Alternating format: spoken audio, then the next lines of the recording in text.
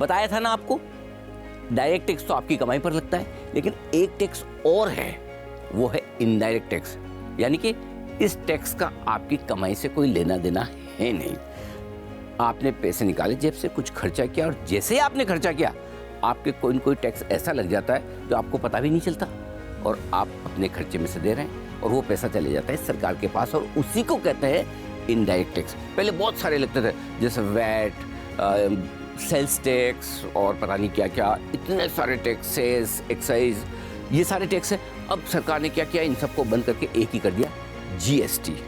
बताइए आपको, तो जब भी आप कोई गुड्स खरीदते हैं, सामान खरीदते हैं, सर्विसेज देते हैं, लेते हैं, तो इन सब पर आपको देना पड़ता है जीएसटी, और ये है इनडायरेक्ट टैक्स। और इसे इनडायरेक्ट टैक्स इसलिए कहते हैं कि आपने कमाया या नहीं कमाया कोई फर्क नहीं पड़ता, डायरेक्ट टैक्स सीधा आपकी कमाई पर लगता है। लेकिन इनडायरेक्ट टैक्स जैसे ही आपने खर्चा किया, जेब से पैसे निकाल कर किसी को पेमेंट किया, समझ लीजिए आपकी जेब से सरकार को कुछ ना कुछ पैसा चला गया, और इससे तो आप बच ही नहीं सकते। तो इनडायरेक्ट टैक्स डायरेक्ट टैक्स से भी बड़ा आपको मुश्किल में डालने वाला होता है, क्योंकि आपके पास कोई ऑप्शन ही नहीं है इससे बचने का।